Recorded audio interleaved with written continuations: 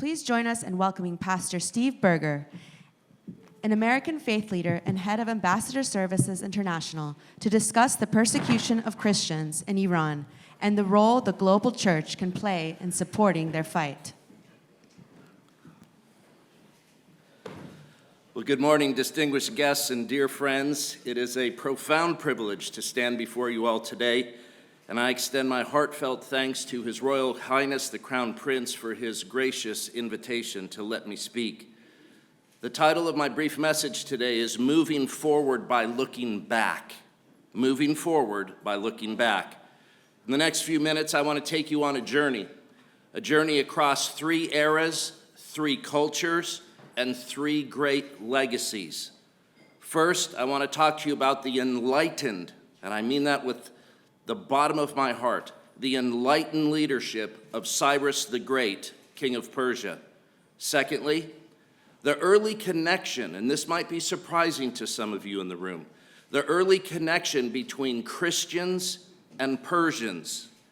And finally, the principled vision of the American founding fathers. Now, I admit at first glance, these 3 worlds may seem very far apart, and yet they are bound together by 3 golden threads. Those threads are religious freedom, human dignity, and respect for human rights.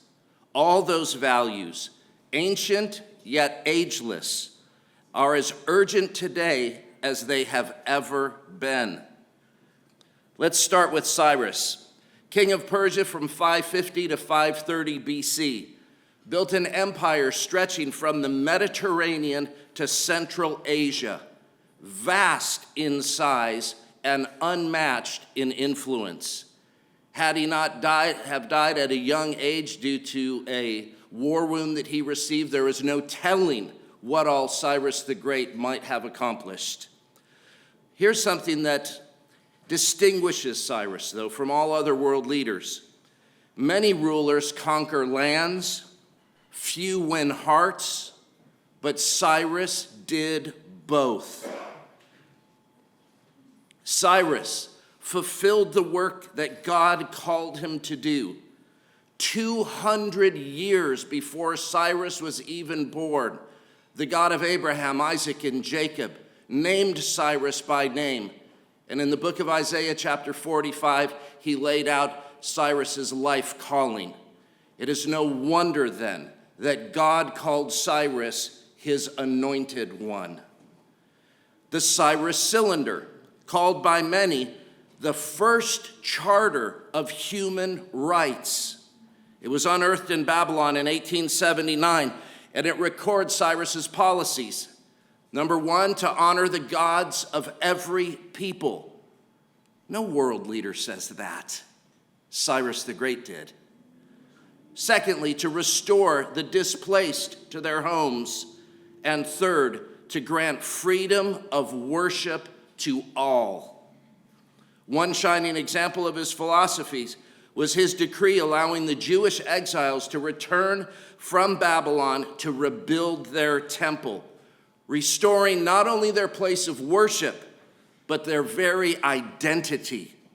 Cyrus understood what despots and dictators never seem to grasp, and that's that you cannot force unity, you can only foster it. And Cyrus did a magnificent job of that. Founding father here in the United States of America, James Madison, echoed, I believe, the heart and the spirit of Cyrus's truth centuries after Cyrus. James Madison said, "The religion then of every man must be left to the conviction and conscience of every man." Additional founding fathers studied Cyrus's philosophies. Thomas Jefferson, John Adams, and John Quincy Adams, among others, all studied the historian Xenophon's Cyropedia, a portrait of Cyrus as a ruler whose strength was tempered by mercy.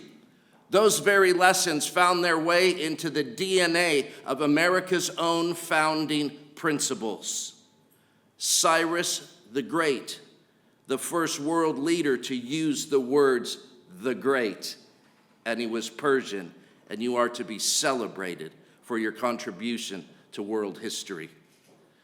Next, let me talk to you about ancient Christianity and its connection with Persia. Want to leap forward several centuries? Christianity, beloved, did not stop at the borders of the Roman Empire. It traveled east. In fact, you'll find in the New Testament, our Christian Bible, in the book of Acts chapter 2, it records something very detailed and yet very insightful. The first peoples mentioned who were there on the day of Pentecost in Jerusalem, who responded to the message of Jesus, were indeed people who lived in Persian lands. The Parthians, the Medes, and the Elamites, all from Persian lands, there on the day of Pentecost. They heard the gospel, they believed, and then they returned to their homes with the flame of Christian faith alive in their hearts.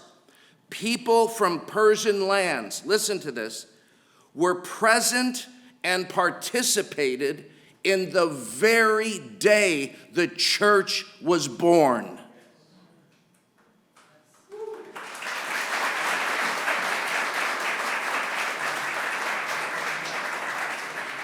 Tradition tells us the apostles Thomas, Thaddeus, and Bartholomew journeyed east, strengthening the church in Persia.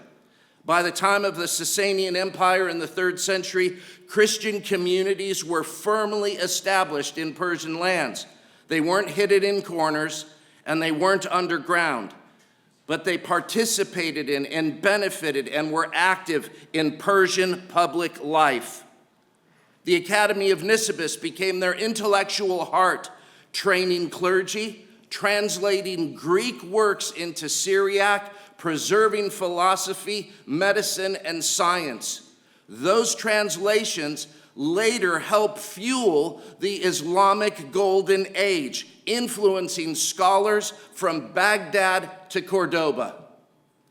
These Christians built churches, blending and therefore honoring Persian artistry with Christian symbols. Christian poets and thinkers engaged with the great questions of the day. The Christian presence in Persia proved a profound truth. Faith can flourish in diversity, and diversity can flourish in freedom. Let's talk about our shared legacy now. If you look closely, you're going to see the same current flowing through all three legacies that I mentioned. Cyrus's imperial tolerance, Christianity's connection to Persia, and America's constitutional liberty. All three proclaim the same message, that a society is strongest when it guards the rights of conscience, honors human dignity, and protects the freedom of belief. Cyrus laid the foundation, Persian Christians helped build on it, and the American founders established the legal house to shelter it. So what's our call today? This has to mean something to us now. What does it inspire in us? What do we do with this great inheritance? We've got to remember, number one, that freedom, justice, and equality, they are not luxuries, they are necessities. We recognize that bridges are stronger than walls, and dialogue is more fruitful than division.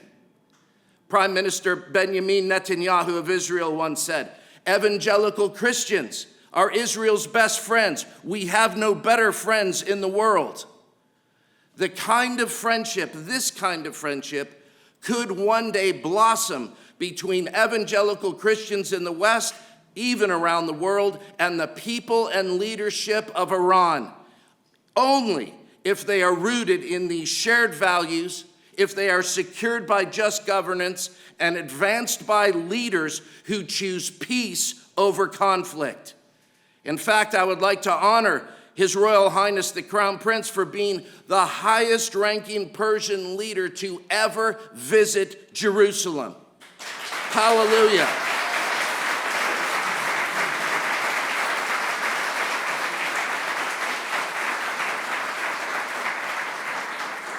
While there, His Majesty prayed for peace, prosperity, and friendship. This is the very mentality of Cyrus. Dare I say, the spirit of Cyrus.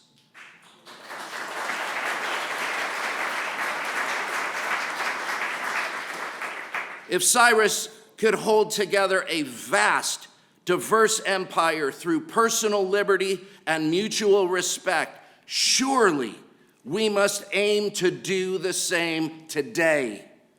Because freedom and human dignity are not relics for museums, they are the blueprint for a better future. And so, my friends, let's move forward by looking back. Thank you, and God bless you.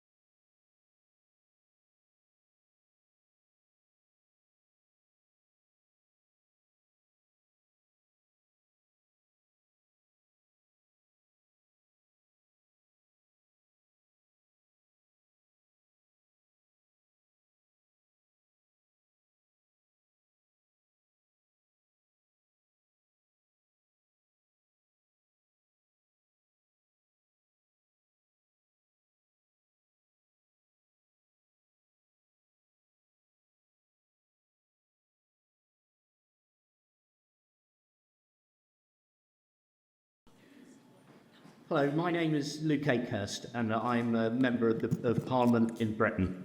I'm sending greetings from the home of democracy, the British House of Commons. As a member of Parliament, I know how important your struggle for freedom and democracy is. The people of Iran have shown extraordinary courage in their struggle for freedom, human rights, and a democratic future. In their struggle, they are fighting not just to free themselves, but the entire world from the scourge of this evil dictatorship. I and many parliamentarians around the world stand with you. I am committed to increasing pressure on the Iranian regime, cutting off its ability to fund terror, and providing maximum support to those fighting for a free and democratic Iran. The Iranian people, not the regime, represents the future of your country, and we will continue to support your right to decide that future.